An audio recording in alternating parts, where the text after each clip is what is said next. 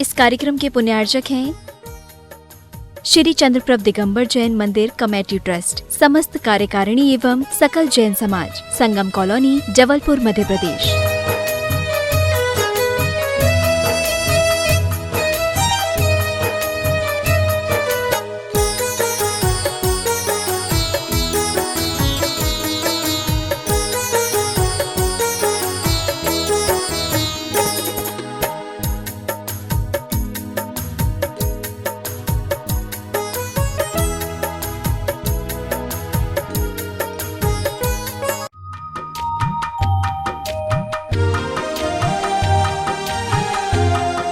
भगवान की आचार्य श्री गुरुवर कुंद कुंद महाराज की, आचार्य श्री गुरुवर विद्यासागर महाराज की।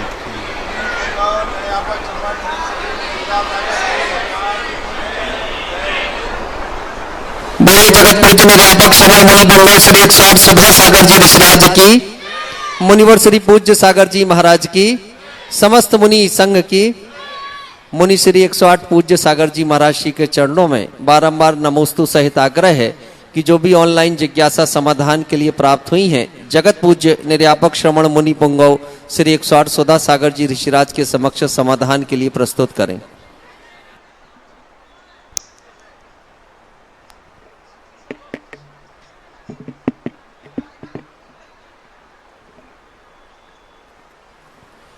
आज प्रातःकाल जब भगवान का महामस्तकाभिषेक हुआ और शांति धारा हुई, भगवान सुपार्श्वनाथ की शांति धारा करने का सौभाग्य सिंघई कमल कुमार जी, मनोज कुमार जी, प्रशांत कुमार जी, ओम अतिशय पौड़ी परिवार को प्राप्त हुआ। और जो शांति धारा की बोली उन्होंने ली, उसमें से 51,000 रुपए की राशि अभी समर्पित कर रहे हैं। उनके दान की अनुमोदना की तालियां एक बार बजा दें। दिव्य श्री जैन बेंगलोर, गुरुदेव के चरणों में कोटिशा नमन। आपकी जिज्ञासा है कि षटखंडागम ग्रंथराज को महिलाएं पढ़ नहीं सकती हैं, तो क्या मंदिर जी में व्यवस्था बनाने के लिए उन्हें उठाकर एक स्थान से दूसरे स्थान रखकर छू सकती हैं क्या? छूने में कोई बाधा नहीं है, उनको स्थापित कर सकते हैं, कवर प्लास्टर आदि लगा सकते हैं, कोई बाधा नहीं। उमा जैन ग्वालियर, गुरुदेव के चरणों में बारंबार नमोस्तु। आपकी जिज्ञासा है, जब उनके पतिदेव शांति धारा कर रहे हैं तो क्या वो शांति धारा पढ़ सकते हैं या किसी दूसरे पुरुष से ही पढ़वाना चाहिए? नहीं, महिलाएं भी पढ़ सकती हैं, बहुत अच्छी तरह पढ़ सकती हैं। यदि शुद्ध अशांति धारा पढ़ने में आता है तो पढ़ना चाहिए, अच्छी बात। कपिल जैन रहली, पटनागंज, मुनिराज जी के चरणों में बारंबार कोटिशा नमन। आपकी जिज्ञासा है, आजकल व्यक्ति तांत्रिक मंत्रवादी देवताओं को सिद्ध करने में बहुत लगे हुए हैं और उनको सिद्ध करके लोगों को भविष्य बताते हैं, उनकी पीड़ा दूर हो जाए, इसलिए तो उनका ऐसा करना क्या ठीक है? उन पर विश्वास करना चाहिए क्या? मुझे ये समझ में नहीं आ रहा है कि एक और तो कह रहा हूँ वैज्ञानिक युग है, एक और तो कहते हैं कि मैं धर्म कर्म को कुछ मानता नहीं, एक और तो कहते हैं स्वर्ग नरक को मैं मानता नहीं। तो फिर ये मंत्र तंत्र का प्रचार क्यों हो रहा है? यानी अरहंत भगवान को तो नहीं मान रहे, लेकिन देवी देवताओं को मानने में तुम लोग पीछे नहीं हट रहे। यानी साक्षात जो भगवान है उनके लिए तो आप विचार आता है कि क्या पता है कि नहीं, और इन जो असहमी लोग हैं उनके संबंध में तो ये जो युग बन रहा है, युग की जो स्थितियाँ हैं यह ठीक नहीं है। क्योंकि जब तक हम किसी भी शक्ति को पहचानें,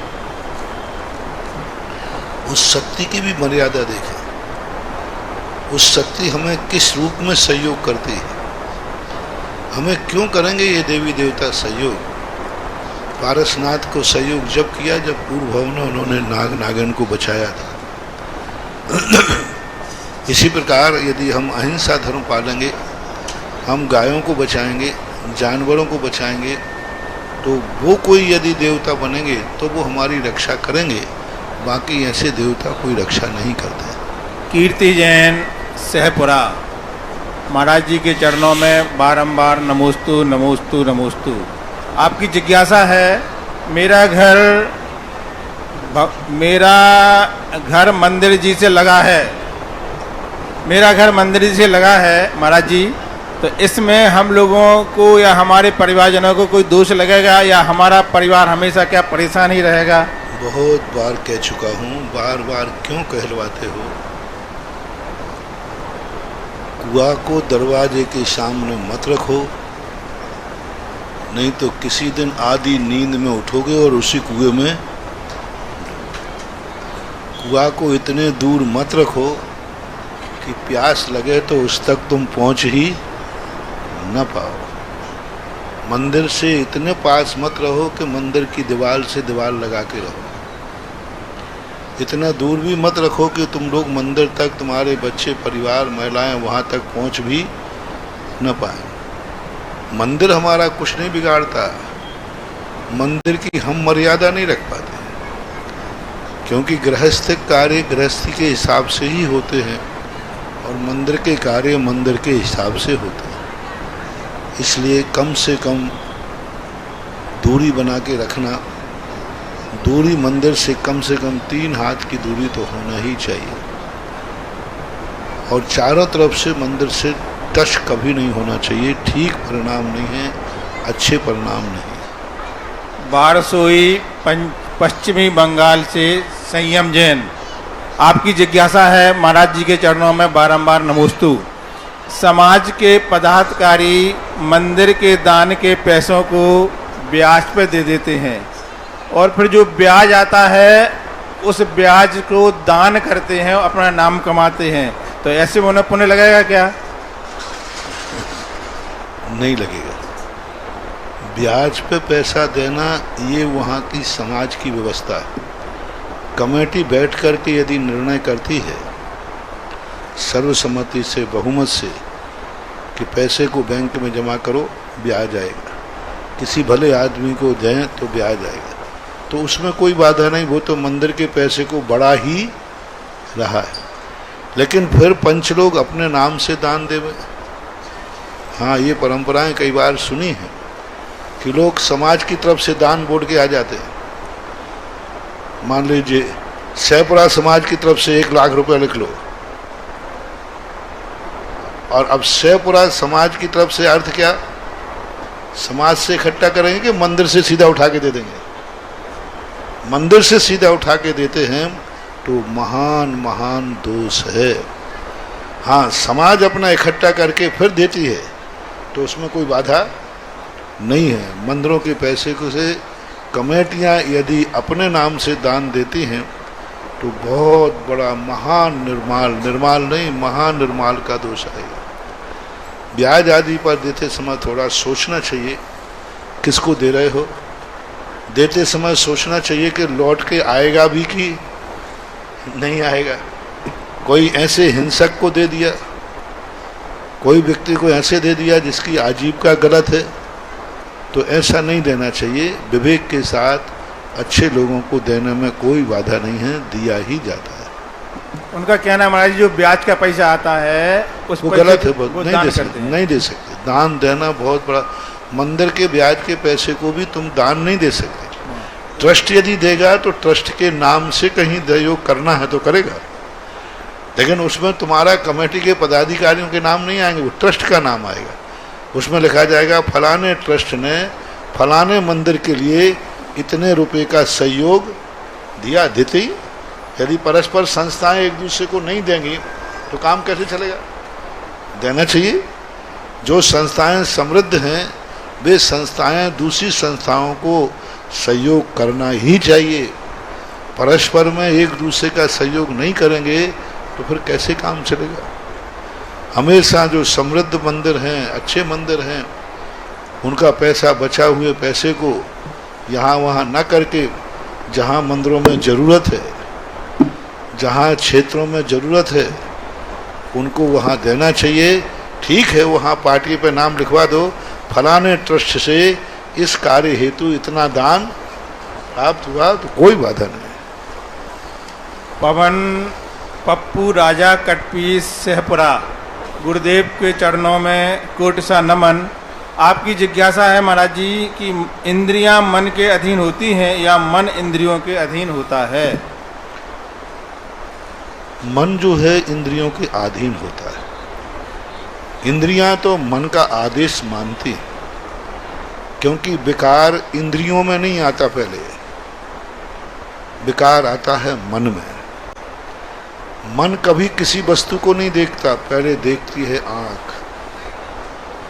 किसी वस्तु को आंख देखेगी, फिर मन निर्णय करेगा कि ये वस्तु अच्छी है या बुरी है। तो इंद्रियों को करण कहा जाता है, ये निमित्त बनती हैं। इंद्रियां देखने के बाद राग द्वेष हो ऐसा कोई नियम नहीं है, जब तक उसमें उपयोग न जावे। उपयोग यदि अच्छा है, उसी एक वस्तु को देख करके व्यक्ति वैराग्य प्राप्त कर लेता है, उसी एक वस्तु को देख करके व्यक्ति राग द्वेष भाव करता है। मुनि महाराज जा रहे हैं, मुनि महाराज को एक व्यक्ति ने देख करके मुंह फेर लिया, और एक व्यक्ति ने मुनि महाराज को देखते ही अवभाग्य समझा कि अवभाग्य है। अब बोलो, दोनों ने आंखों से देखा कि नहीं? दोनों ने आंखों से देखा। एक ने पाप का बंद कर लिया और एक ने पापों का क्षय करके पुण्य बांध लिया। तो ये जो मन है, उपयोग है। हमारे यहाँ मन की अपेक्षा उपयोग कहो, अभिप्राय कहो, उससे बंद होता है। इंद्रियों के विषयों से मात्र बंद नहीं होता। इंद्रियों का विषय तुम किस अभिप्राय से देख रहे हो।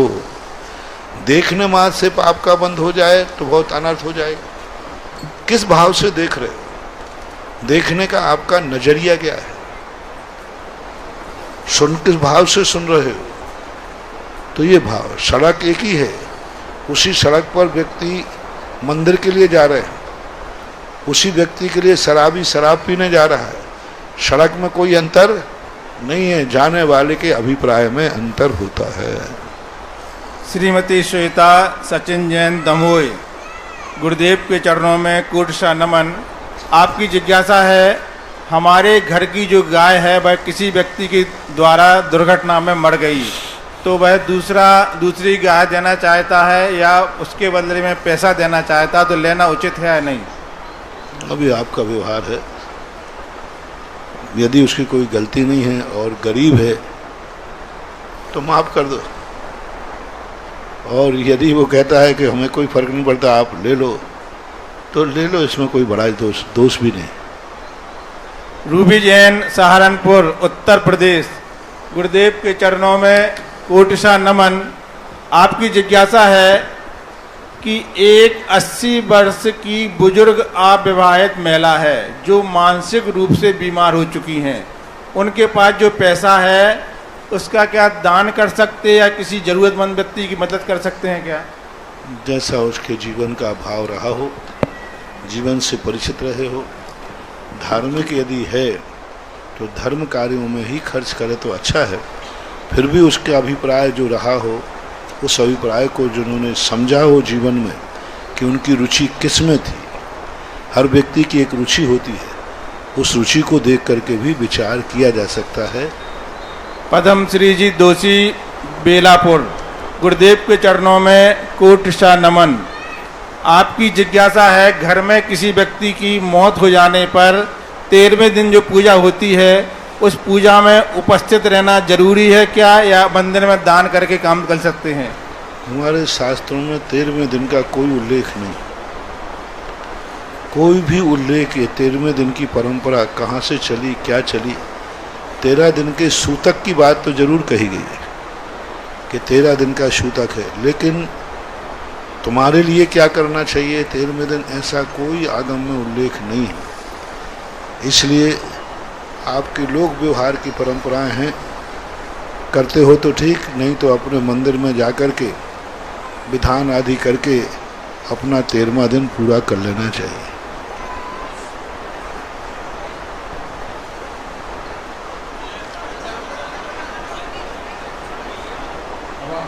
अब आप सभी की प्रत्यक्ष जिज्ञासा के समाधान के सत्र का शुभारंभ होने जा रहा है। सर्वप्रथम आज जिज्ञासा के लिए हम आमंत्रित करेंगे शैपरा बेटवानी के कल्याण मंदिर समूह को, और उसके बाद आमंत्रित करेंगे शिल्पा जैन को।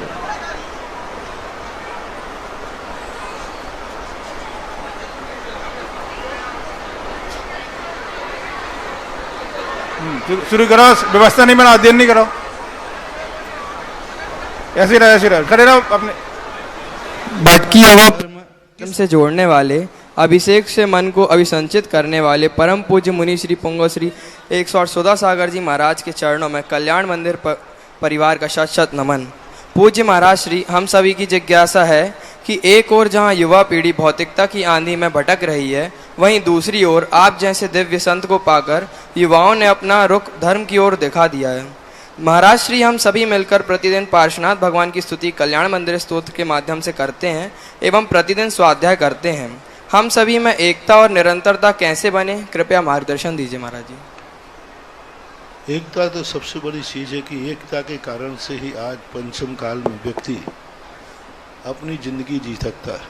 कलौ एकता बलम, कलिकाल में एकता ही शक्ति है। धर्म क्षेत्र में भी जितना एकता रहेगी, समाज क्षेत्र में भी, परिवार के क्षेत्र में भी एकता का बहुत बड़ा महत्व है। एक आचार विचार होना चाहिए, हम जी सकेंगे। आज आचार विचारों में बड़ी भिन्नता आ गई, चाहे हम लोगों के संघ हों, चाहे आप लोगों के परिवार हो, जहाँ एक आचार विचार हो उनका संगठन बनना चाहिए। और हमेशा आज राजनीति में देखो, सबसे बड़ा दुर्भाग्य राजनीति का, जैनी वो शक्ति है चाहे तो जैनी पूरी सत्ता में राज्य कर सकते, पर जैनियों में संगठन का अभाव है। हमेशा जैनी के विरोध में खड़ा होता है, पार्षद में, एमएलए में, चुनाव में। ये सबसे बड़ा दुर्भाग्य। अल्पसंख्यकों में सबसे निकृष्ट विचारधारा संगठन के माध्यम से जैनियों की निकृष्ट है। एकता नहीं है। आप देखो कहीं भी हो, कोई भी जातियां हैं, उन सब जातियों में एकता है। वो मीटिंग करते हैं और सोचते हैं कि देखो अपन को एक व्यक्ति खड़ा करना है, उसके विरुद्ध में अपनी जाति का दूसरा खड़ा नहीं होगा। जाति के वोट नहीं कटना चाहिए। लेकिन हमारे यहाँ तो एक पार्षद पे 3-3 जैनी खड़े हैं, 4-4 जैनी खड़े हैं। अब जैनी के वोट बटेंगे कि नहीं बटेंगे, निर्णय करना चाहिए। पंचायत पे सोच देना, छोड़ देना चाहिए। पंचायत जिसके लिए कहेगी वही खड़ा होगा। समाज बैठ के निर्णय करे। एक को पीछे हटने में कोई बाधा नहीं है, पीछे हटने में बहुत फायदा है।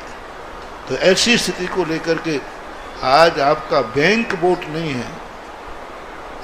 हमसे भी कई बार सरकारों ने कहा महाराज जी आप, हमने कहा कि आप जैनियों को टिकट क्यों नहीं देते, तो वो कहते दे दूंगा आप जिसको, लेकिन शर्त है कि सारे जैनी उसी को वोट देंगे। तो मैंने कर दूंगा, हमारी तो इतना चलती है। मैंने 1 महीने तक मीटिंग की, एक व्यक्ति के नाम पर पूरी समाज सहमत नहीं हुई।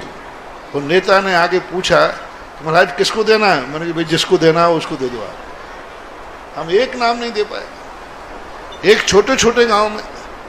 और मुझे दिखता है कि ये शहपुरा भी इससे शायद अछूता नहीं होगा। शहपुरा जैसी समाज में एक एक चुनाव में 3-3, 2-2, 3-3 जैनी खड़े होते होंगे पार्षद के चुनाव में। अब तीसरा जीतेगा, तुम तीनों के तीनों हारोगे। हमेशा तीनों बैठ करके निर्णय कर लेना चाहिए। और नहीं है तो पंचायत को बैठा देना चाहिए, और नहीं है तो मेरे पास आ जाओ, मैं जिसका नाम बताऊं वो खड़ा हो जाए। संगठन के नाम पर मैं कर दूंगा, क्योंकि ऐसे कार्यों में हारने का नहीं, मैं इसलिए नहीं दूंगा तुम्हें आशीर्वाद कि तुम जीत जाओगे। मैं इसलिए दूंगा कम से कम जैनी का वोट एक स्थान पर रहेगा। हारना और जीतना कोई मतलब नहीं है चुनाव में खड़े होने से। चाणक्य की एक नीति है, जो हारने की हिम्मत नहीं रखता उसे कभी जीतने की कल्पना नहीं करना चाहिए। जो हारने की हिम्मत नहीं रखता उसे जीतने की कल्पना नहीं करना चाहिए। वही जीत सकता है जो हारने की भी हिम्मत रखता है। तो इसलिए हारने और जीतने से कोई फर्क नहीं पड़ता। तो हमें तो ये सोच के करना चाहिए, समाज का संगठन बनाओ, एकता बनाओ, पूरे भारत के जैनी एक हो जाएं, तो ऐसा कोई भी चुनाव नहीं होगा जिसमें जैनियों की भागीदारी न हो। चाहे सांसद का हो, चाहे राज्यसभा का हो, चाहे विधानसभा का हो, चाहे नगर पालिका को हो, चाहे पार्षद का हो, बस संगठन चाहिए। तो हर क्षेत्र में एक संगठन बनाए और युवा पीढ़ी ऐसा करके करे, जो जैनी के विरोध में खड़ा होगा, युवाएं उसके लिए प्रताड़ित करके उसका जो दंड दे सके दें, समाज से बहिष्कार कर दें उसको कि जैनी के विरुद्ध में खड़े हैं, दोनों जैनियों को समाज से निकाल दिया जाए। उन्होंने समाज के संगठन को दूषित किया है। दूसरी जातियों में है ऐसा, उनके यहाँ पंचायत बैठती है और पंचायत बैठकर फैसला करती है कि हम जैन के विरोध में कभी खड़े नहीं। पार्टी कोई भी हो, पार्टी से हमें कोई लेना देना नहीं, पार्टी बाद में है, पहले तुम्हारी जाति पहले है। तो ऐसे संगठन को तो आपको हर क्षेत्र में, राजनीति में, समाज में, धर्म में संगठन चाहिए, एकता चाहिए। एक आचार और विचार होंगे तो हम इस कलयुग में अच्छी तरह जी सकेंगे, अन्यथा सब टूट जाएंगे। द्रोणाचार्य ने एक बार सबको एक एक लकड़ी दी, 105 लकड़ियां दी, बोले इसको तोड़ो, सबने यूं तोड़ दी। सब पहलवान थे। अब उन्होंने सारी लकड़ियों को बांध दिया, बोले अब तुम 105 मिलकर के इनको तोड़ो। 105 मिलकर के तोड़ो, तो 105 मिलकर के भी उस गट्ठे को नहीं तोड़ पाए। संगठन की ये शक्ति होती है।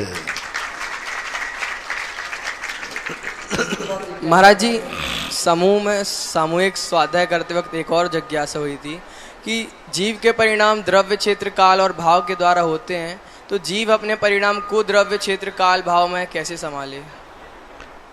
द्रव्य क्षेत्र, द्रव्य कैसा है, किसके सामने क्या करना, भगवान सामने है, ये द्रव्य है, वहाँ हमें क्या परिणाम करना, माता पिता सामने, वहाँ क्या परिणाम करना, दोस्त आ गया तो क्या परिणाम करना, ये दिव्य है, ये क्षेत्र कौन सा है, ये मंदिर है, ये कौन सा स्थान है, काल, ये सुबह का टाइम है कि रात का टाइम, खाना है लेकिन रात में खाना कि दिन में खाना, ये काल है, भव है, मैं मनुष्य हूँ, त्रियंश नहीं हूँ। और इसी प्रकार से भावों को समझना चाहिए।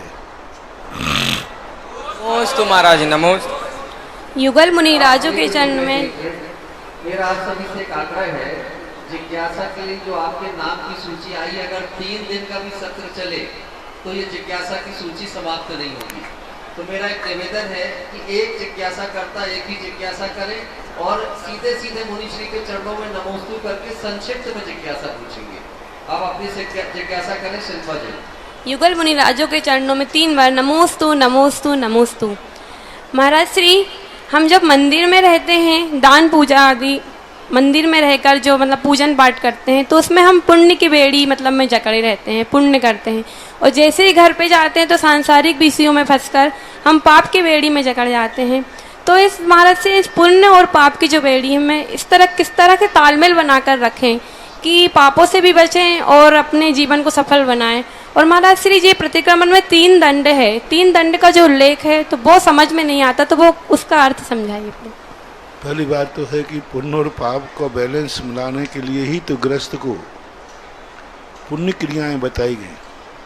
गृहस्थ को इसलिए मोक्ष नहीं है क्योंकि वो मोक्ष जा ही नहीं पाएगा, पहले तो वो अपने पाप कर्मों को धोना है। मोक्ष वो जा सकते हैं जिन्होंने पाप करना छोड़ दिया, मात पुण्य ही पुण्य करते। गृहस्थ तो दोनों करना पड़ते हैं, इसलिए उसका बैलेंस बना करके चलना चाहिए। तीसरा पर कौन सा दंड? जी महाराज जी, वो प्रतिक्रमण जो 3 दंड का उल्लेख है, कौन सा दंड है? वो 3 दंड 3 शल्य, वो जो आता प्रतिक्रमण में पढ़ते हैं, त्रिदंड। दंड को अलग अलग रूप में लिया जाता है महाराज जी। वो कौन कौन से 3 दंड हैं? मतलब मैं कह रहा हूँ दंड अलग अलग चीज से होते हैं जी। मन वचन काय भी होता है। अब वहाँ प्रतिक्रमण में क्या लिया गया है? दंड 3 दंडों के लिए सल लिया गया है, तो 3 सल्लें होती हैं। मूर्ताएं ली गई तो 3 मूर्ताएं होती हैं। तो वहाँ प्रसंग को देखा जाएगा कि वहाँ प्रसंग, यदि उन 3 दंडों के जो प्रसंग आए हैं आपके हिंदी में आए होंगे, संस्कृत प्राकृत में तो ऐसा नहीं है। हिंदी वाले प्रतिक्रमण लिखे होंगे हाँ तो वहाँ- महाराज जी, 3 दंड 4 कथा अभिकथा ये हाँ, सब तो आता 3 है। दंड तो यही है, मन वचन काय और ये 3 शल्य आदि ले लेना चाहिए। जी महाराज जी, इसके नमोस्तु। बाद जिज्ञासा करें सत्येंद्र कुमार जी जैन और तैयार रहेंगे विमल जैन गीता वाले।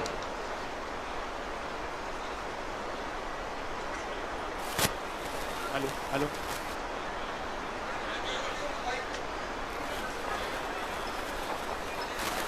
हेलो हेलो हेलो हेलो हाँ मुनि द्वय के चरणों में मेरा एवं मेरे दिगंबर कल्याण परिवार के बारंबार नमोस्तु नमोस्तु नमोस्तु। महाराज जी, मेरी एक छोटी सी जिज्ञासा है कि ज्ञान कल्याण के लिए तीर्थंकर भगवान को जो इक्षुरस का आहार अपन देते हैं तो उसको श्रावक श्राप का ग्रहण कर सकते हैं अथवा नहीं? नहीं ग्रहण, नमोस्तु नहीं कर क्योंकि वो उच्छिष्ट दोष को प्राप्त हो गया।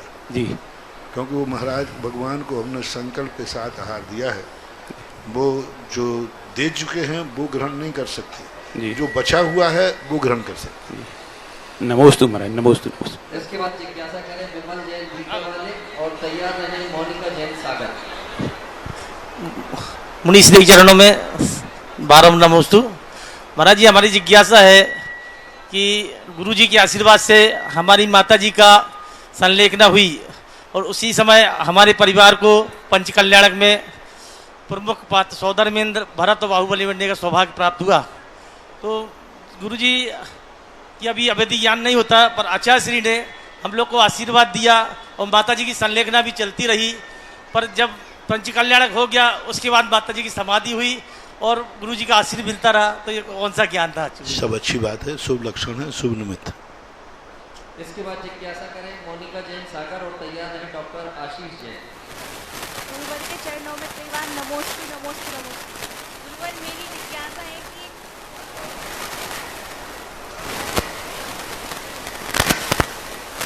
गुरुवर मेरी जिज्ञासा है 10 धर्म माता पिता के प्रति एक बेटी के क्या कर्तव्य होने चाहिए? एक बेटी का सबसे बड़ा कर्तव्य है कि यदि वो घर में जब तक है तब तक ऐसा कोई कार्य न करे जिससे माता पिता को ये दुख हो कि मैंने बेटी को जन्म देकर गलत किया। जिन कार्यों में माता पिता की इज्जत खत्म होती हो, जिन कार्यों में माता पिता को दुख होता हो, वे कार्य न करें।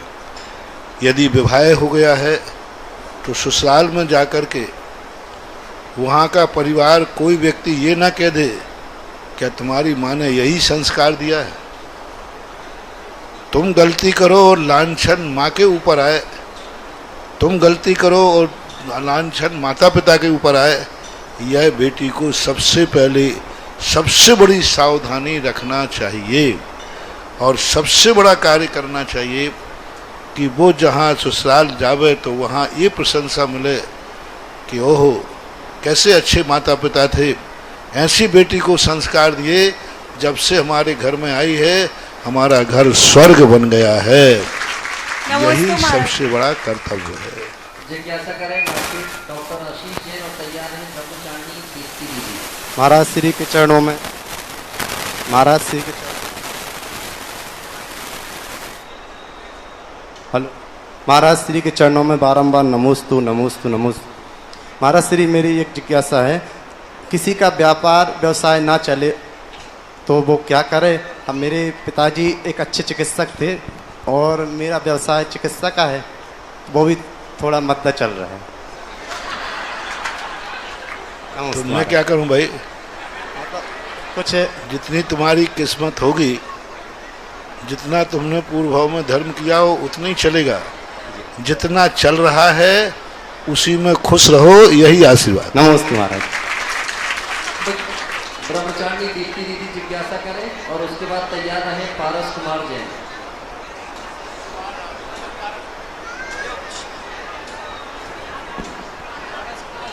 जल्दी करें भाई, 2 माइक नहीं है क्या अलग अलग? 2 लड़के खड़े हो जाए माइक को देने के, एक महिलाओं में एक पुरुष में।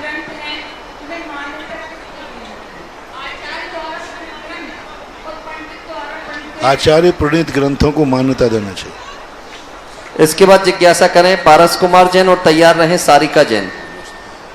गुरु जी के चरणों में तैयार नमोस्तु।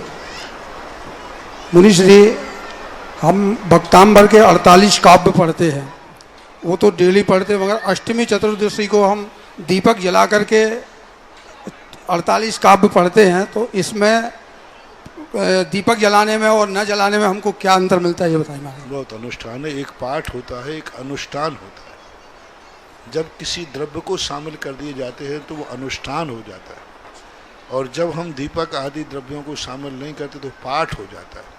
अनुष्ठान आप गृहस्थों के लिए विशेष फलदायी होता है। अनुष्ठान में बहुत बड़ी शक्तियाँ उन काव्यों की बढ़ जाती है, ऐसा मान। नमोस्तु महाराज जी, नमोस्तु।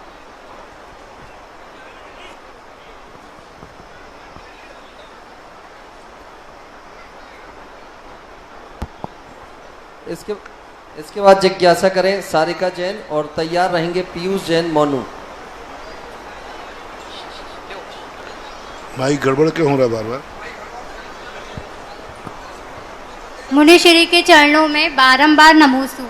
महाराज श्री, मेरा प्रश्न है, तीर्थंकर भगवान जी की प्रतिमा के एक स्थान से दूसरे स्थान पर जब ले जाते हैं, तीर्थंकर भगवान जी को एक स्थान से दूसरे स्थान पर ले जाते हैं, तो उनके नीचे की जो मिट्टी ईंट वगैरह होती है जो लोग अपने घर ले जाते हैं, तो वो ले जाना उचित है या नहीं? वेदी के नीचे जो वेदी खा ले जाते हैं नहीं ले जाने, कदापि नहीं। मंदिर की कोई भी सामग्री गृहस्थ को अपने घर नहीं ले जाना चाहिए, मिट्टी भी नहीं, ईंट भी नहीं। मंदिर की कोई भी निर्माण की शादी स्पष्ट रूप से नाम लेकर निषेध किया है कि अपने आराध्य देवताओं के मंदिर में लगी हुई कोई वस्तु घर में नहीं जाना चाहिए। जिज्ञासा करें पीयूष जैन मोनू और तैयार रहे हर्षिता जैन। गुरु चरणों में नमन। गुरु जी, जब सन 2012 में आपका मंगल प्रवेश से इधर हुआ, हमारा छोटा सा जिनालय था।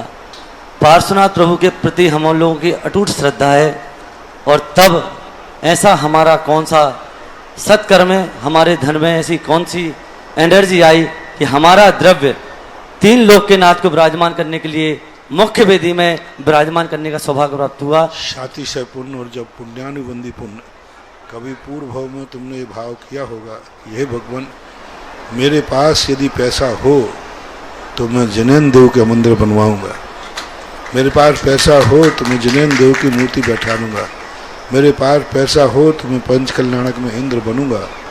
ऐसा कोई परिणाम आपने किया होगा, उसी परिणाम आपका पैसा आया और जो भाव किया था उसमें लग गया।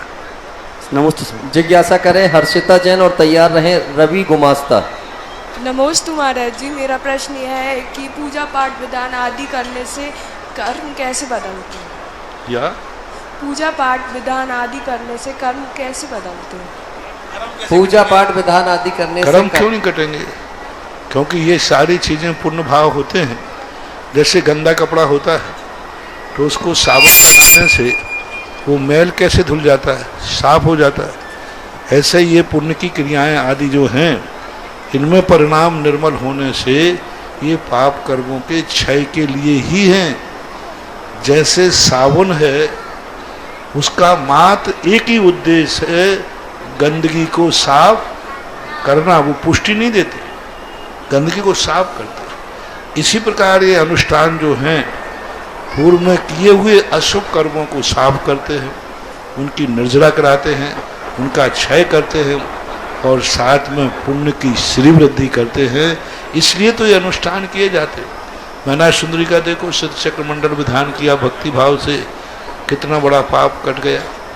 तो ये पाप कटते हुए देखे जाते हैं। वर्तमान में भी आज शांति धारा से देखो कितने लोगों का कल्याण हो रहा है।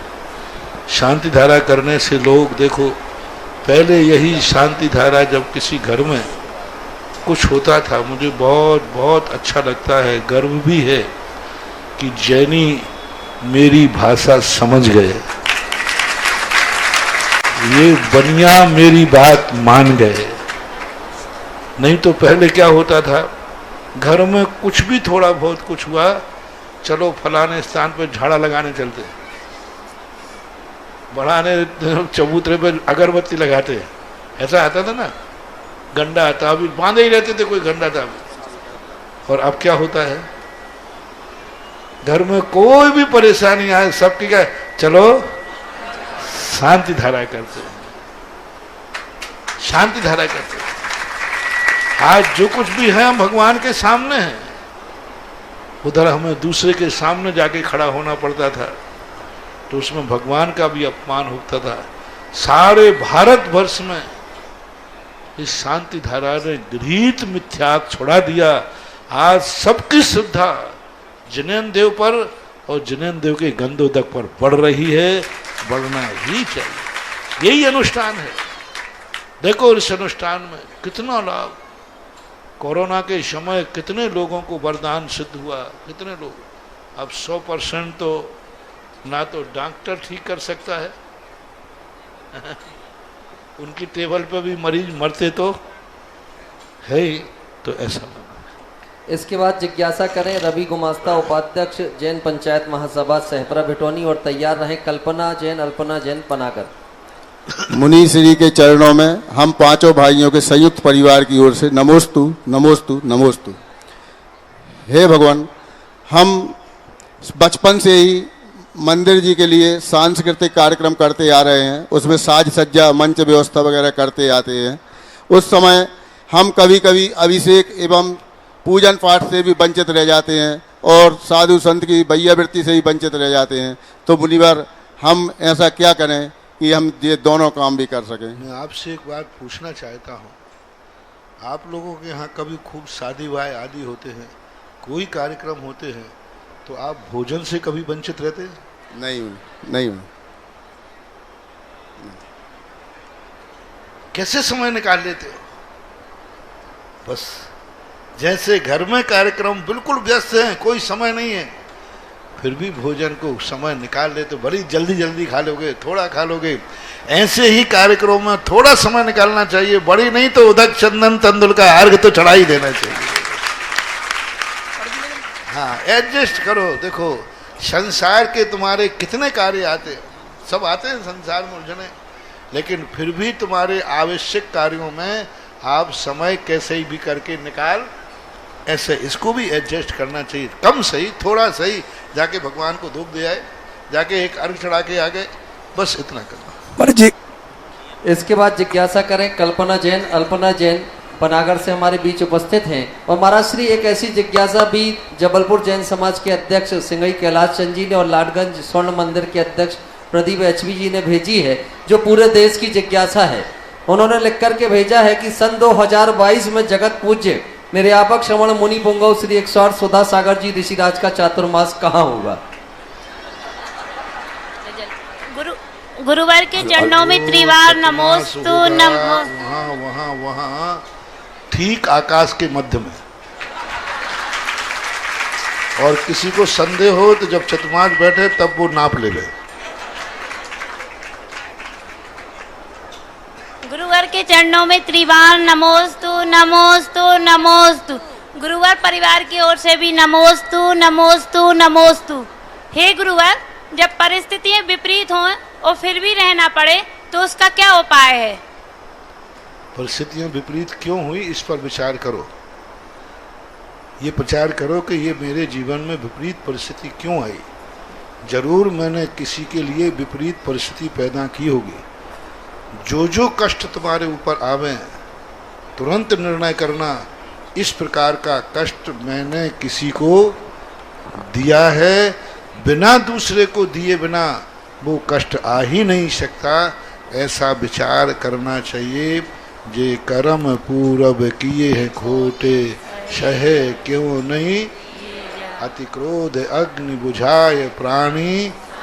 बस ये चिंतन करना चाहिए। जिज्ञासा करें आदिश जैन सांगानेर, और तैयार रहे शोभिका जैन। पूज्य पिता तुल्य गुरुदेव के चरणों में संस्थान परिवार की ओर से बारंबार नमोस्तु। गुरुदेव, समर संस्कृति संस्थान के द्वारा इस वर्ष अनेक स्थानों पर शिविरों का आयोजन हुआ।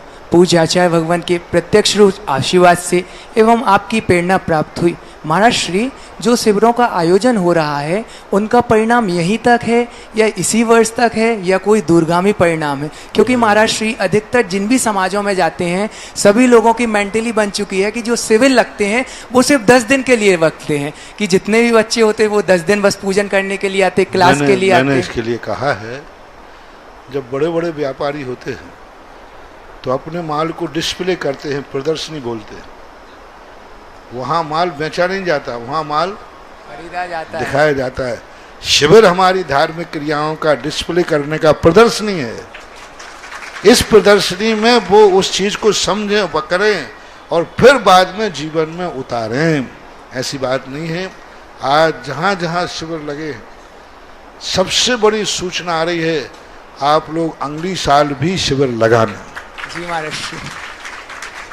हमारे आचार्य से हमेशा कहा करते हैं, तुम एक स्थान पर गए हो, चतुर्मास किया, रुके हो, तुम्हारी वहाँ जाना अच्छा रहा कि बुरा, यदि वो तुम्हारे लिए द्वारा चाहते हैं तो अच्छा है, और कहते हैं निपट गया आज तोबा।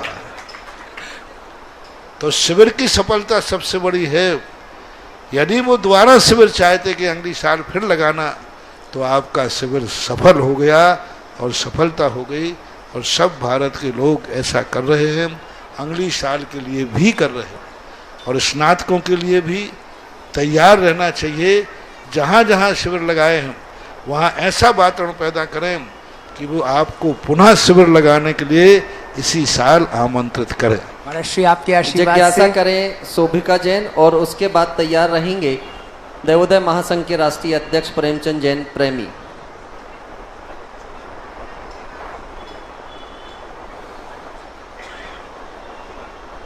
प्रेमी जी, जब तक आप अपनी जिज्ञासा करें। देवोदय। हेलो, युगल मुनि राज के चरणों में मेरा और मेरे परिवार का बारंबार नमोस्तु। महाराज श्री, मेरी ये शंका है कि हम एक आदर्श परिवार में रहते हैं। कभी कभी महाराज श्री हमारे मन में बड़ों के द्वारा दिए हुए जो कार्य होते हैं उनको रिजेक्ट करने का भाव आता है। तो महाराज श्री हम ऐसा क्या करें जो कभी कभी रिजेक्ट का भाव है वो हमेशा रिस्पेक्ट में बदल जाए?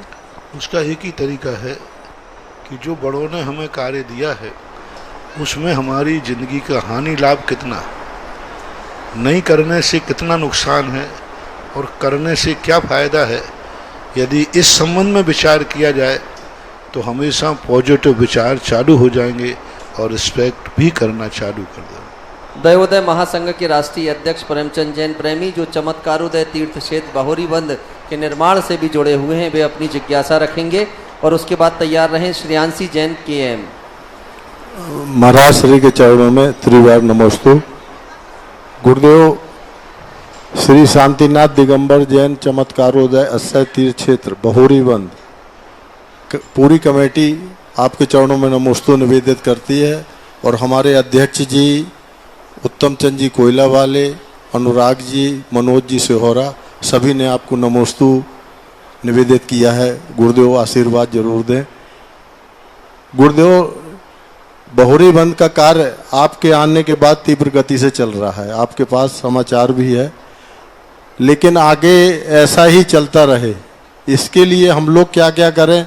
और हमारे अध्यक्ष इतने सक्रिय हैं महाराज श्री, और उनके बेटे अनुराग जी, दोनों जन रोज उसका समाचार लेते हैं और रोज कोई ना कोई उनके यहाँ से आता है। और सबका भाव भी है आपके चातुर्मास के लिए। कहा कि अपने जीवन में किसी भी कार्य करने के लिए जी, जब व्यक्ति भार मान के करता है तो वह कार्य में गति नहीं आती। वही कार्य जब सौभाग्य मान के करता है तो असमर्थ में भी गति आ जाती। जब वह कार्य पराया मान के करता है तब गति रुक जाती है। जब अपना मान के करता है तो गति बढ़ जाती है। एक छोटा सा उदाहरण देते हैं प्रेमचंद जी। एक स्थान पर मैं गया, कोई कार्य था, तो मैं वहाँ देख रहा था, तो मैंने कहा कि भाई मैं इतने दिन यहाँ नहीं रुक सकता, क्योंकि इस कार्य में तो 8 दिन लगेंगे। और मैं दिन भर 2 दिन से वाचिंग कर रहा था।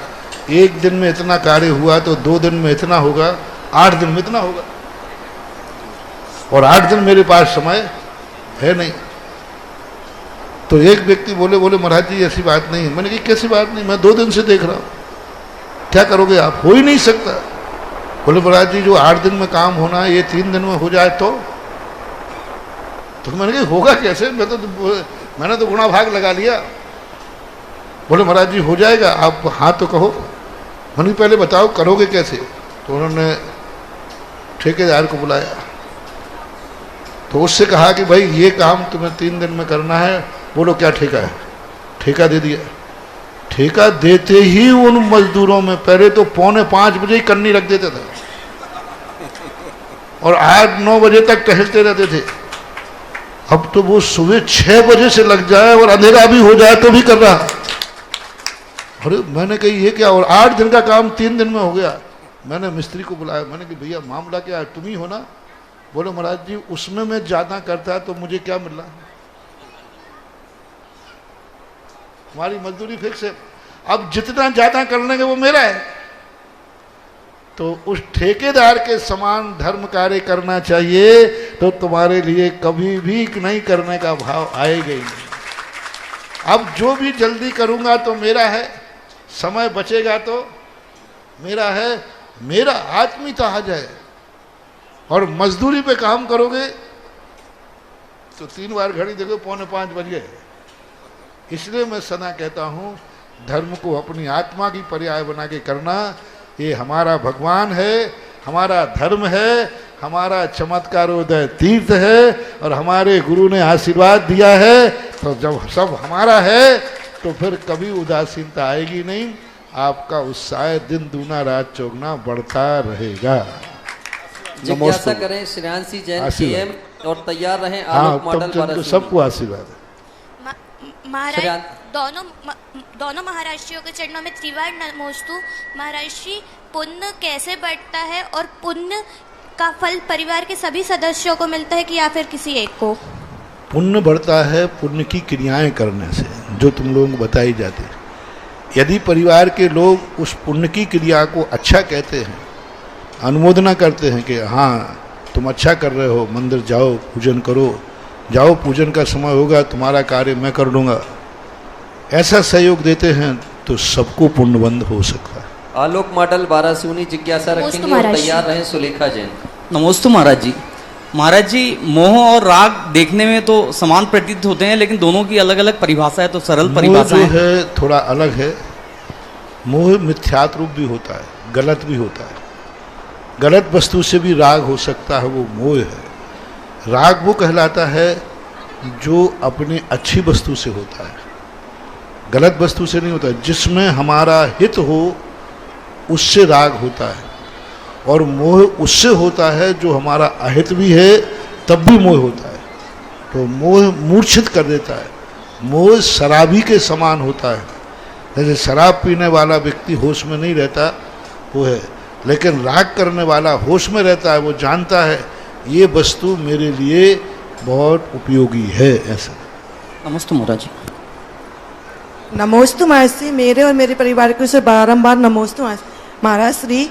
मेरी सासू माँ ने जब ग्रह त्याग किया संयम के मार्ग पे आगे बढ़ने के लिए, तो हम लोग ने मोह बस पूरे परिवार ने उनको काफी रोकने की कोशिश की, तो इसमें क्या पाप बंद हुआ? ये मोह नहीं कहलाता, ये राग कहलाता है।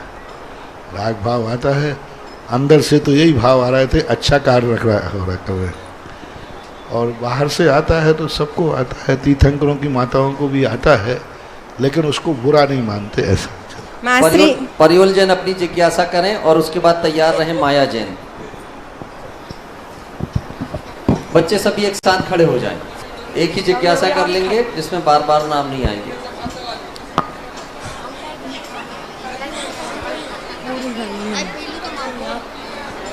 हाँ जिज्ञासा करें। नमोस्तु महाराज श्री। मेरी जिज्ञासा ये है कि महाराज श्री मंदिर में हम लोग परिक्रमा क्यों लगाते हैं? परिक्रमा इसलिए लगाते हैं कि हे भगवान आपके अलावा मेरा दुनिया में कोई नहीं है, जो कुछ भी है सब आप ही हैं। समर्पण की परिभाषा कि हम सारे 3 लोक में जितना भी है सब आप हैं। जिज्ञासा करें माया जैन और तैयार रहे आस्था जैन। महाराज श्री नमोस्तु नमोस्तु नमोस्तु। महाराज श्री मेरी जिज्ञासा है कि ये पंच कल्याणक प्रतिष्ठा में जो मूर्ति प्रतिष्ठित करते हैं उसको एक शहर से दूसरी शहर में किस तरह लाया जाए? अब जिस तरीके से ला सको, सिर पर ला सको तो अच्छी बात है, वाहन आदि से लाओ तो शुद्धि पूर्वक लाना चाहिए। चले। जिज्ञासा करें आस्था जैन और उसके बाद तैयार रहेंगे उज्जवल जैन। दोनों मुनिराजों के चरणों में त्रिवार नमोस्तु। महाराज श्री, मेरा प्रश्न ये है कि जैसे कभी हम लोग कॉलेज में साथ में लंच करते हैं तो कई बच्चे बोलते हैं हम लोग नॉनवेज नहीं खाते हैं, झूठ बोल दिया हो, मुझे नहीं मालूम, और उन्होंने मेरा टिफिन खा लिया हो, तो इसका मुझे क्या दोष लगेगा? सावधानी रखना चाहिए, बहुत सावधानी रखना चाहिए। सावधानी ही इसमें सबसे बड़ा प्रयास है। दोष तो महा असावधानी का जो दोष है, जैसे कोई व्यक्ति ड्राइवर बहुत अच्छी तरह चलाता है, थोड़ी डिले चूक जाए तो दुर्घटना हो जाती है। सावधानी। उज्जवल जैन जिज्ञासा करें और तैयार रहे विद्यांशी जैन। नमोस्तु महाराज श्री। महाराज श्री, मेरी ये जिज्ञासा है कि कई बार मन में डर लगता है और बहुत प्रकार के द्वंद्व आते हैं कि हम भव्य जीव हैं कि अभव्य जीव हैं, और विकल्प भी आते हैं अगर हम अभव्य जीव हैं तो हम इतना धर्म कर्म कर रहे हैं, उसका क्या फायदा है? इसके लिए आप समाधान करें। यदि तुमसे कोई कह दे, मैं कह दूं कि तुम अभव्य हो तो क्या करोगे? बहुत बुरा लगेगा महाराज। तो बस भव्य हो तुम, जाओ। जिज्ञासा करें विद्यांशी जैन और तैयार रहे आराध्या जैन। नमस्ते महाराज जी, मेरा प्रश्न ये है कि अकलंक देव को एक बार में याद हो जाता है पर हम बच्चों को क्यों नहीं होता? अकलंक देव इसके बाद इसलिए याद हो जाता था, वे बड़े अच्छे मन से एकाग्र होकर के पढ़ते थे। जैसे तुम्हें भी एक सबको होता है, एक बार में सबको याद होता है, आप लोगों को भी होता है। अकलंक स्वामी कोई नहीं, इनमें एक भी व्यक्ति नहीं है जिसको एक बार में याद नहीं होता हो, सबको याद होता है। बताओ महाराज, नहीं होता, सबको याद होता है। कैलाश जी, तुम्हें एक बार में याद हो जाता है? होता है, मुझे प्रमाण है मेरे पास, एक बार में याद होता है। सामने वाला यदि गाली देवे तो वो गाली कितने बार दी उसने, कब तक याद है? तो सब एक पार्टी है बेटा, एक बार में याद होती। दुश्मन बातें एक बार में याद हो जाती। पिक्चर में जो गाना सुनाया जाता है, जो सीन, वो बार बार दिखाया जाता है कि एक बार, और बाहर ला करके पट्टा 3 घंटे की स्टोरी सुना देता है एक बार की, और बाहर करके एक बार देखी वो, और एक बार ही वो गाना सुनाया, बाहर आके पूरा गाना सुना देता है। तो सब एक पार्टी हो, फर्क इतना है कि तुम्हें दुनिया की बातें याद होती हैं, अकलंक को धर्म की बातें याद होती थी। फर्क इतना। इसके बाद जिज्ञासा करें आराध्या जैन और तैयार रहेंगे अशोक जैन हिनौतिया वाले।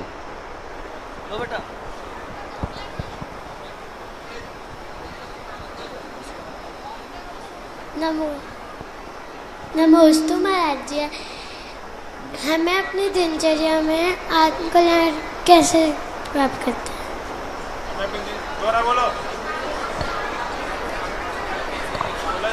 हमें अपनी दिनचर्या में आत्मकल्याण कैसे करना चाहिए? मंदिर आना चाहिए, पर बड़ों का आज्ञा मानना चाहिए। चलो अशोक जैन हिनौतिया वाले। इतने छोटे बच्चों से प्रश्न न कराएं जो प्रश्न को ही नहीं समझते हैं। ये जिज्ञासा समाधान है, कोई साधारण चीज नहीं। यहाँ वे भी प्रश्न करें जो प्रश्न को समझते हों।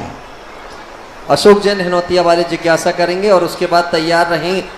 हे स्वामी, मेरी और मेरे परिवार की, हिनौतिया परिवार की ओर से नमोस्तु नमोस्तु नमोस्तु। स्वामी, मेरे को आदि कुमार जब गृहस्थ अवस्था में रहते और उनकी शादी होती और उनकी बारात जाती, तो वो बारात किस स्थान, किस देश को जाती, ये नहीं मालूम। कैसे, किस स्थान से जाती है? वो बारात जाती है, नेमिनाथ भगवान की बारात गई द्वारका से जूनागढ़। महाराज जी, मैं आदिनाथ भगवान की पूछ रहा हूँ। तो आदिनाथ की बारात जो गई थी, उनकी जो दोनों रानियां थी, दोनों जो नंदा और सुनंदा, ये विजयार पर्वत की थी। विजयार पर्वत से आई थी क्योंकि उनका राज वहां था, तो बारात गई होगी अपनी, वहां से आई होगी। देवता सौधर्मंदर है, उनके तो बहुत ठाट बाट है, सारी व्यवस्था महाराज जी। खाली में स्थान का मैं पूछ रहा था। इस स्थान है विजयार पर्वत में, उस नगरी का नाम है, जिस नगरी से नंदा और सुनंदा दोनों रानियां आई थी, और उसका महापुराण के अंदर उसका उल्लेख है। नगरी का नाम ध्यान नहीं है, लेकिन विजयार पर्वत की श्रेणी में से उनकी बारात जो थी, वहाँ बारात गई थी, वहाँ से विवाह करके वो लाए थे। हाँ, इसके बाद जिज्ञासा करें आयुषी देवरी से और तैयार रहेंगे अभिषेक जैन, समग्र जैन। शीघ्रता से खड़े हो जाएंगे, जिनका नाम आए वो शीघ्रता से अपने स्थान। अभी तक तो भगवान का जन्म कहाँ हुआ ये याद रखते थे, अभी तक भगवान की दीक्षा कहाँ हुई ये याद रखते थे। अब ये भी ध्यान रखना पड़ेगा भगवान की ससुराल कहाँ है। महाराज श्री वो इसलिए पांचों कल्याणक तो मैंने पढ़ लिए भाई, जन्म यहाँ हुआ, दीक्षा हुआ, ये केवल ज्ञान हुआ, मोक्ष यहाँ हुआ। मैं सोचता यही पूछेगा, मुझे क्या मालूम कि सैपुरा भटोनी में एक दादाजी ये पूछेंगे कि ससुराल कहाँ थे। महाराज श्री वो इसलिए भी पूछना पड़ती है कि जितने शादी के कार्ड आते उसमें कुछ देखो ना देखो, रिसेप्शन कहाँ होना है, बारात जहाँ लगेगी रिसेप्शन वही होगा। आयुषी जी अपनी जिज्ञासा करें। गुरुवार के चरणों में मेरा और मेरी परिवार की तरफ से बारंबार नमोस्तु नमोस्तु नमोस्तु। गुरुजी मेरी जिज्ञासा है कि हमारे जीवन में जो भी अच्छी या बुरी घटनाएं घटित होती हैं तो हम कहते हैं कि यह हमारा भाग्य है। तो गुरुजी मेरी जिज्ञासा है कि हमारा भाग्य लिखता कौन है, जन्म के अनुसार, ग्रह नक्षत्र या कर्म के अनुसार पाप पुण्य? हमारा किया हुआ ग्रह नक्षत्र आदि तो थर्मामीटर है। हमें बुखार आता है, थर्मामीटर हमें बुखार बताता है, तो बुखार थर्मामीटर ने दिया है कि हमारे अंदर उत्पन्न हुआ है? हमारे अंदर उत्पन्न हुआ। बस ये ग्रह नक्षत्र कुंडली, ये थर्मामीटर है, ये हमारे कर्मों का संकेत है कि तुम्हारा ऐसे कर्म का उदय आने वाला है। तो ये संकेत देते कौन से कर्म का उदय है, इनसे संकेत मिलता है। ये थर्मामीटर के समान है। बाकी स्वयं का किया हुआ कर्म ही हमारे लिए सुख दुख देता है। जिज्ञासा करें अभिषेक जैन, समग्र जैन और तैयार रहें समता मोदी। मेरे आराध्य भगवान के चरणों में मेरा और मेरे परिवार की ओर से कोटिशः नमोस्तु नमोस्तु। भगवान मेरी जिज्ञासा यह है कि स्वर विज्ञान में पृथ्वी तत्व, जल तत्व, अग्नि तत्व, वायु तत्व और आकाश तत्व की पहचानने की सरल विधि क्या है, एवं देव भगवान जिनेंद्र देव की अभिषेक पूजन करते समय हमारा कौन सा तत्व और कौन से स्वर में करना चाहिए? स्वर तत्व एक इतना बड़ा ज्योतिष है, इतना बड़ा विज्ञान है। सारे ज्योतिष जहाँ फैल हो जाते हैं, क्योंकि सारे ज्योतिषों में एक ज्योतिष में हजारों लाखों लोगों की किस्मत होती है। आपके पेपर में 12 राशियां आती हैं, हर राशि में 4 लाइनें लिखी रहती हैं। अब उस राशि पर कितने लोग हैं? 1 अरब लोग हैं। 1 अरब को 12 लोगों में डिवाइड करो, 12 भागों में, तो कितना आ जाएंगे? 100 करोड़ को 12 में डिवाइड कर दो, 12 84 70 करोड़। 8.5 करोड़ की किस्मत है उस पेपर में 4 लाइनों में। लेकिन स्वर विज्ञान जो एक ऐसा विज्ञान है जो प्रत्येक व्यक्ति का ज्योतिष बताता है, इसको पहचानने की विधि बहुत साधना करना पड़ेगी। पृथ्वी तत्व जब निकलता है वो हमारी नासिका से 12 अंगुल प्रमाण निकलता है, यानी जब नासिका से स्वर निकले 12 अंगुल प्रमाण तक उसका श्वास जाता है तो पृथ्वी तत्व होता है। और उसको दर्पण आदि में लेंगे तो वह चौकोर स्थान बनाएगा। जल तत्व होगा तो जब हम दर्पण आदि पे लेंगे तो उसमें बादलों जैसा भाप का वाष्पीकरण होगा। अग्नि तत्व चलेगा तो उसमें वाष्प से त्रिकोण बनेगा। वायु का चलेगा तो उसमें लहरें आएंगी अपने श्वास में। आकाश तत्व बनेगा तो एकदम खाली स्थान आएगा, साइड में किनारे बने हुए रहते हैं। इस प्रकार से ये 5 तत्वों की एक बहुत बड़ी साधना है। इनका अलग अलग नेचर होता है। कौन सा मान लो श्वास निकल रही है, कौन से नथने से निकल रही है, इसका अलग अलग विज्ञान है। बायां नथना है ये इड़ा कहलाता है, चंद्र स्वर कहलाता है। और इसके संबंध में आता है, दिन में तो चंदा चले चले, रात में सूर्य, तो निश्चय कर जानियो प्राण गमन है दूर। प्रातः काल उठते ही यदि चंद्र स्वर चलता है सूर्य के निकलते, शुभ माना जाता है। लेकिन कितना? 3 दिन। शुक्ल पक्ष की एकम, शुक्ल पक्ष का 2, जो शुक्ल की तीज, इन 3 दिन प्रातः काल चंद्र स्वर चलना चाहिए। चौथ, पंचमी, छठ को सूर्य के उदय होते ही सूर्य स्वर चलना चाहिए। जब कोई रुद्र कार्य करना है, देश आदि को जाना है, तब सूर्य स्वर चलना चाहिए। जब साम्य कार्य करना, पूजा पाठ करना है, तब चंद्र स्वर चलना चाहिए। जब माला फेरना है, सामायिक करना है, तब सुषमना चलना चाहिए। दोनों नथनों से श्वास, कभी दोनों नथनों से श्वास निकलती है, कभी एक से निकलती है, कभी इससे। जब दोनों नथनों से श्वास निकलती है उसे सुषमना बोलते हैं। उस समय यदि हम सामायिक को ध्यान करेंगे तो पता ही नहीं चलेगा घंटों कैसे निकल गए। तो ये इन सब का अलग अलग है। कौन सा स्वर चल रहा है, घर से बाहर निकलते समय पहला कदम वो आगे रखो तो यात्रा में सफलता होती। मान लो चंद्र स्वर चल रहा है तो पहला बायां स्वर आगे बढ़ाओ, सूर्य चल रहा है तो दायां स्वर आगे बढ़ाओ। ऐसा बहुत बड़ा स्वर विज्ञान है, इसका बहुत बड़ा अध्ययन करना पड़ेगा। संक्षेप में इतना ही का। समता मोदी जिज्ञासा करें और तैयार रहें रागनी जैन। मुनिद्वय के चरणों में मोदी परिवार का बारंबार नमोस्तु नमोस्तु नमोस्तु। महाराज श्री पंच परमेष्टि के 5 रंग बताए हुए हैं, यह किस हिसाब से बताए हैं? और महाराज श्री पूजन का सही क्रम क्या है? पूजा कैसे करना चाहिए? तो यह कैसे, मतलब किस क्रम हिसाब है? से सिद्ध भगवान का लाल, अरहंत का शुक्ल और आचार्य का जो है वो हल्दी पीला, हाँ पीला, येलो पीला वाला, और उपाध्याय का हरा और साधु का नीला। महाराज जी किस हिसाब से हैं, लेकिन मतलब ये कैसे इनका रखेगा? नेचर है, इसका बहुत बड़ा विज्ञान है। इनका एक नेचर है, इनका स्वभाव है, इनकी राशि है, इनका ज्योतिष है। इनका जिस नक्षत्र में इनका जन्म हुआ, जिस नक्षत्र में दीक्षा ली, जिस नक्षत्र में इन्होंने मोक्ष प्राप्त किया और जो उन्होंने प्राप्त किया है सिद्धत्व को, वह सिद्धत्व रंग ऐसा है कि सब कर्मों को उन्होंने भस्म कर दिया। लाल रंग अग्नि का प्रतीक होता है, जो किसी चीज को बनाता नहीं है, समाप्त कर देता है, ऐसा सिद्ध रंग है। शुक्ल रंग है अरहंत भगवान का, क्योंकि अरहंत भगवान जो हैं घातिया कर्मों से रहित हुए, उनकी अपने एक आप में परम औदारिकता प्राप्त हुई है। ऐसे इनके अलग अलग पर्पस है। इनका संबंध ज्योतिष से भी है, 5 परमेष्टियों का संबंध ज्योतिष से भी है। जैसे सिद्ध भगवान जो हैं मंगल और सूर्य के स्वामी होते, जो अरहंत भगवान हैं ये शुक्र और सोम के स्वामी होते, और जो आचार्य परमेष्टि हैं वे बृहस्पति के स्वामी होते, उपाध्याय परमेष्टि हैं ये बुध के स्वामी होते, और साधु परमेष्टि हैं ये शनि के स्वामी होते। अब इनके संबंध में जितना भी डीप चले जाओ, 5 परमेष्टि में संसार के सारे ज्योतिष और सारी शक्तियां समाहित हैं। रागनी जैन अपनी जिज्ञासा करें और तैयार रहें प्रीति जैन। युगल मुनिराजों के श्री चरणों में नमोस्तु नमोस्तु नमोस्तु। मुनि महाराज जी, प्रतिमाधारियों के ही कर्म की निर्जरा होती है या पुण्य का बंध बनता है, और सामान्य गृहस्थ क्या करे कि उनके कर्मों की निर्जरा होती है? देखो, जिसका जो साधन है वो ही करना पड़ेगा। व्रत लिए बिना प्रति समय असंख्यात गुणी निर्जरा नहीं होती है तो नहीं होती है, इसका दूसरा कोई उपाय नहीं। गृहस्थ इतना ही कर सकता है कि जितना अशुभ कर्म के बंध से बच सकता है, बचना चाहिए। प्रीति जैन जिज्ञासा करें और मीना चौधरी तैयार रहें।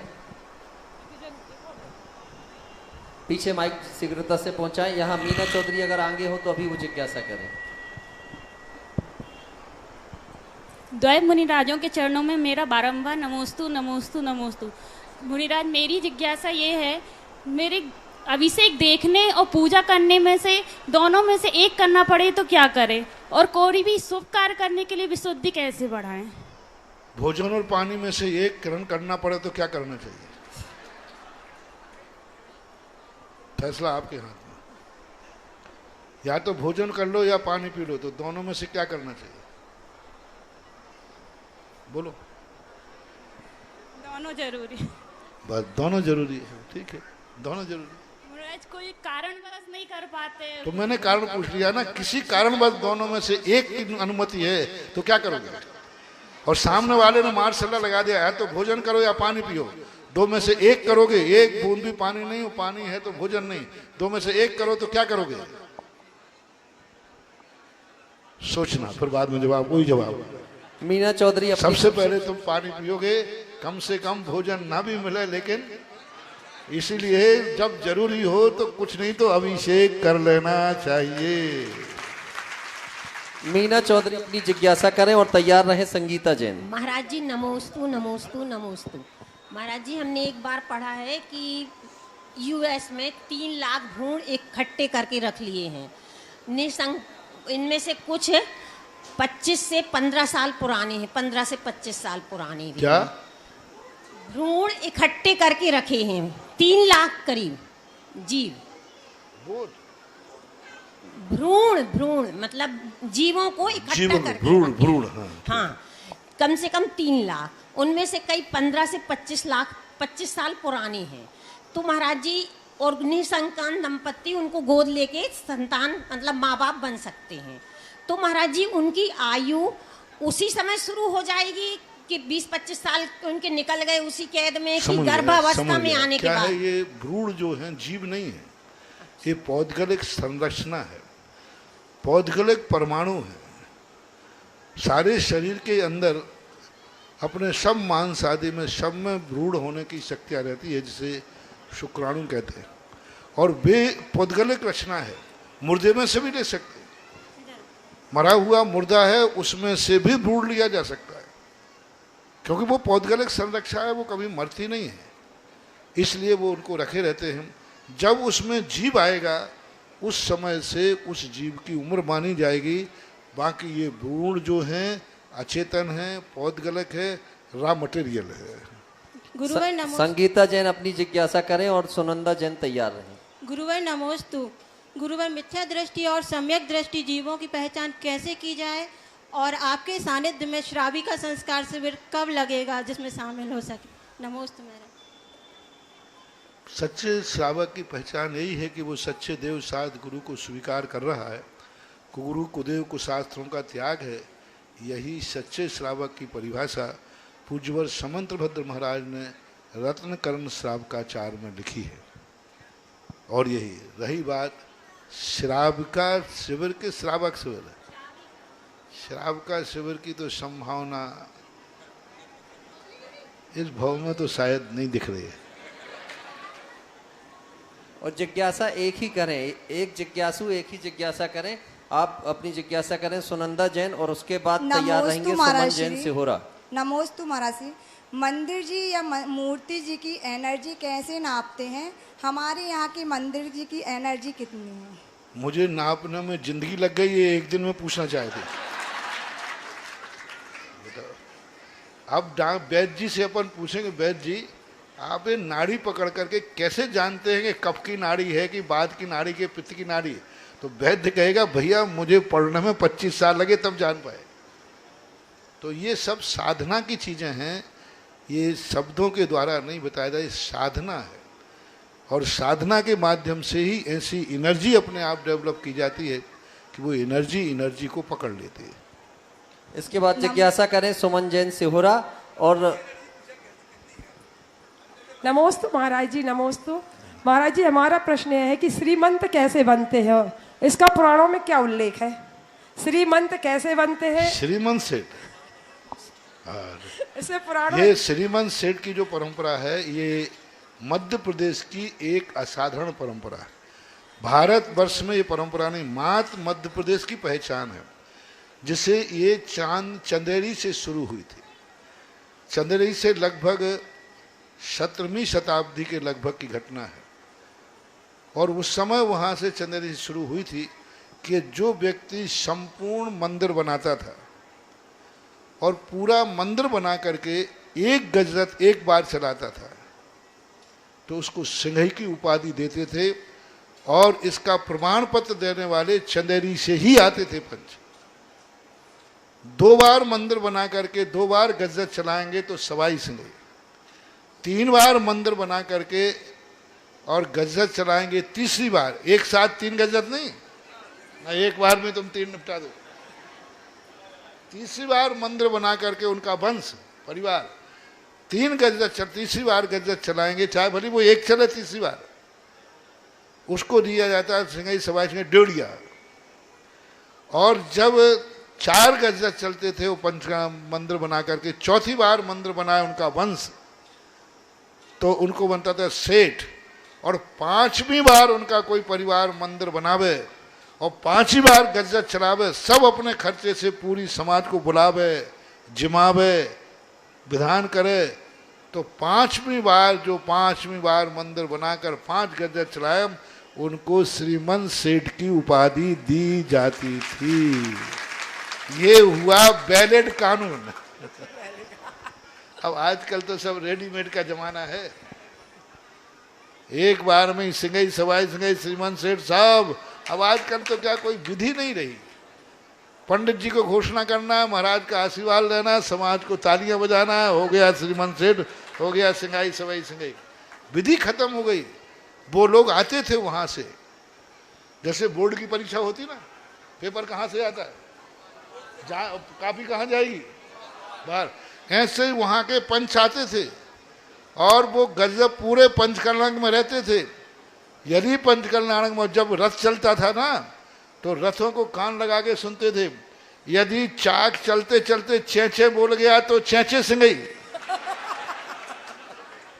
हाथी यदि बिचक गया तो बिचके सिंगई, और यदि हाथी का रथ का कोई चीज टूट गई तो टूटे सिंगई। हाँ, सवा शेपुरा भटोनी है, 1985 में रथ की झुआरी टूटी थी। हाँ, मैं खुद था यहाँ पर पूज्यवर के चरणों में, वहाँ ज्वारी टूटी थी। लेकिन सबसे बड़ा देखो, ज्वारी टूट करके कुछ भी नुकसान हो सकता था, लेकिन हाथी ने ज्वारी अपनी सूंड पर रोक करके रथ को पलटने से बचाया था। तो हमने अपने आप, तो उस समय ऐसी परंपराएं जो थी वो आकर के देखते थे।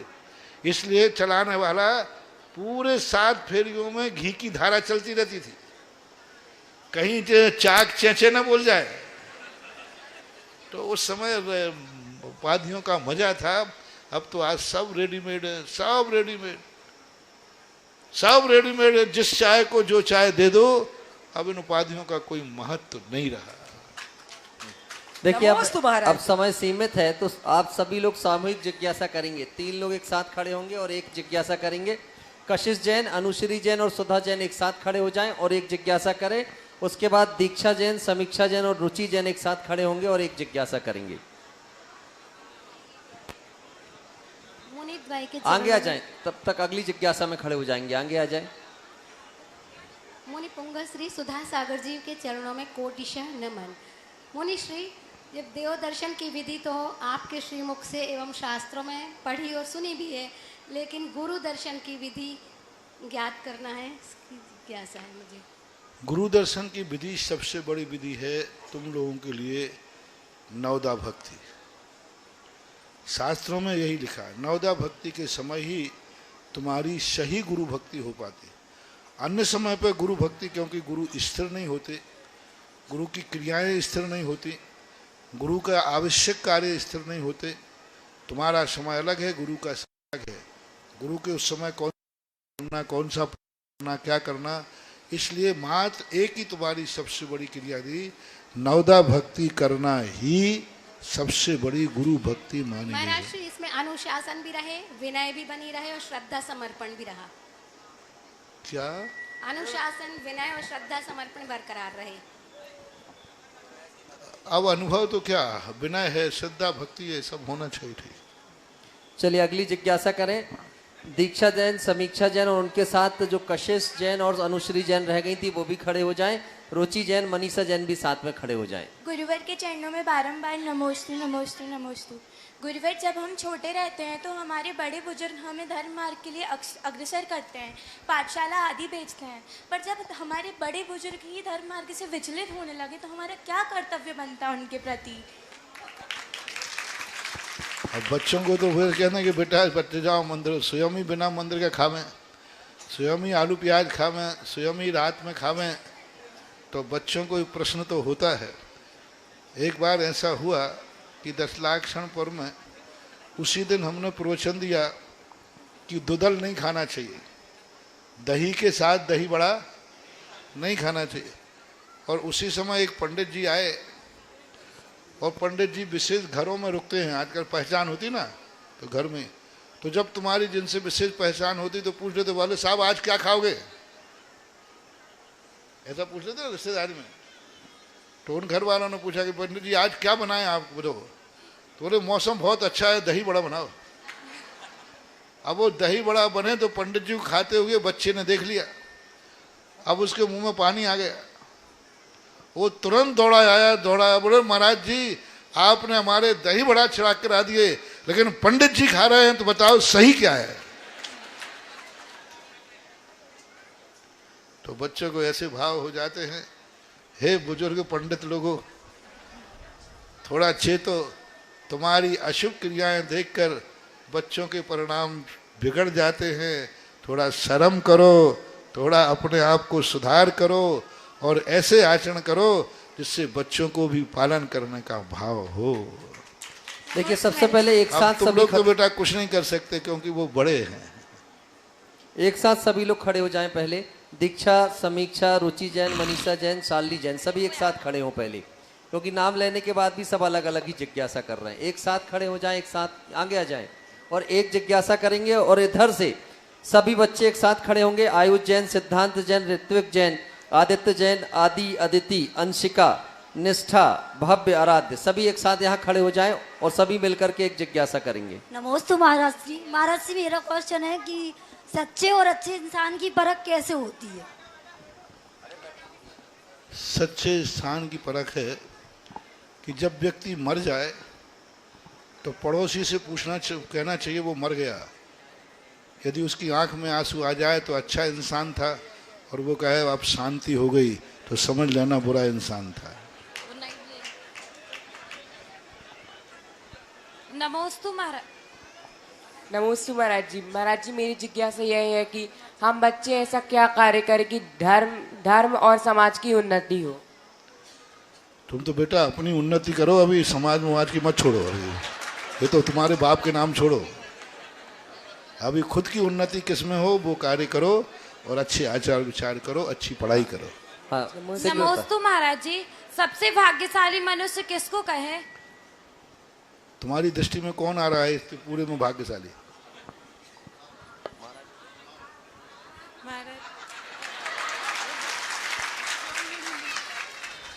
महाराज जी नमोस्तु। महाराज जी अभी रुक जाए, देखिए अलग अलग जिज्ञासा का अब समय नहीं है, सामूहिक रूप से खड़े होना था, एक जिज्ञासा करनी थी, अब सभी बैठ जाएं।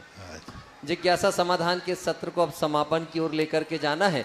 स्वदेशी जैन जिन्होंने डॉक्टरेट की है, अपनी पीएचडी गुरु चरणों में वो दिखा चुकी है, आकर के नमन कर लें। जबलपुर जैन समाज से अध्यक्ष कैलाश चंद जी, स्वर्ण मंदिर लाडगंज के अध्यक्ष प्रदीप जी एचबी चातुर्मास का निवेदन लेकर के आए हैं, वे गुरु चरणों में नमोस्तु निवेदित करें और उस पात्र का अब हम चयन करें जिन्हें आज पूज्य श्री की महाआरती करने का सौभाग्य प्राप्त होगा। कौन होगा आज के दिवस का वो सौभाग्यशाली श्रावक जिसके हाथों में आरती के थाल होंगे? शीघ्रता से भाव बनाएंगे। जगत पूज्य निर्यापक श्रवण मुनि पुंगव श्री 108 सुधा सागर जी ऋषिराज की महाआरती करने वाले सौभाग्यशाली पात्र का ये चयन है। 1 मिनट के अंदर उस पात्र का हम सभी लोग चयन करेंगे, उसके हाथों में आरती के थाल होंगे और मानस में श्रद्धा होगी और थिरकते कदमों से आरती करने का सौभाग्य प्राप्त करेगा। सहपरा भिटौनी का एकमात्र सौभाग्यशाली श्रावक जो आज आरती करने का सौभाग्य प्राप्त करेगा। शीघ्रता करें, कहां से ये बोली प्रारंभ करनी है? मानस बनाएंगे।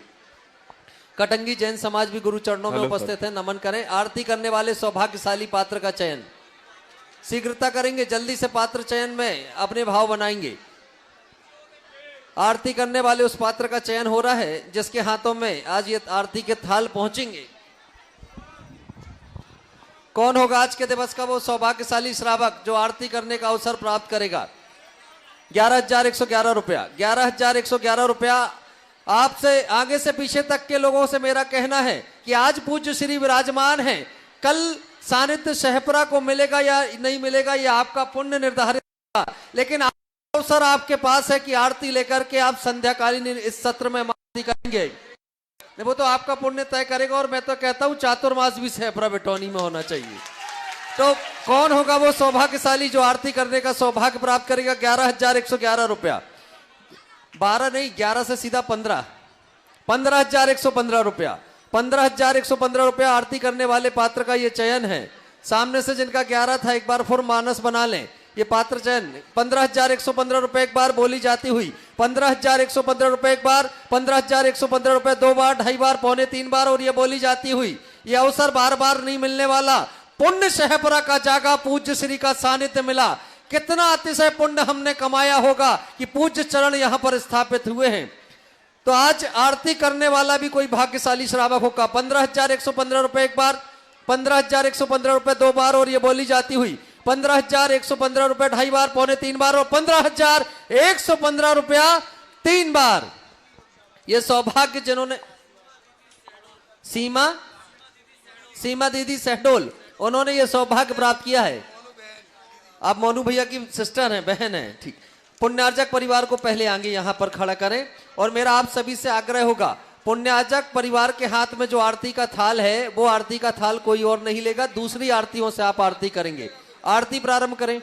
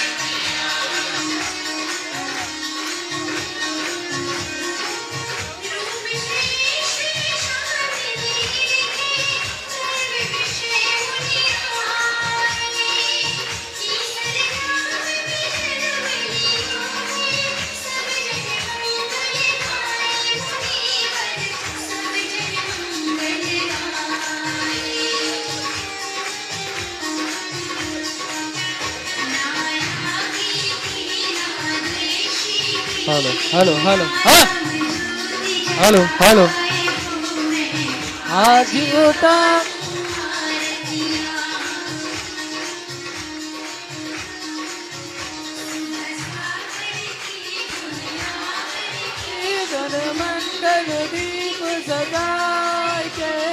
बोलिए जगत पूज्य निर्यापक श्रमण मुनि पुंगव श्री 108 सुधा सागर जी ऋषिराज की। इस कार्यक्रम के पुण्यार्जक थे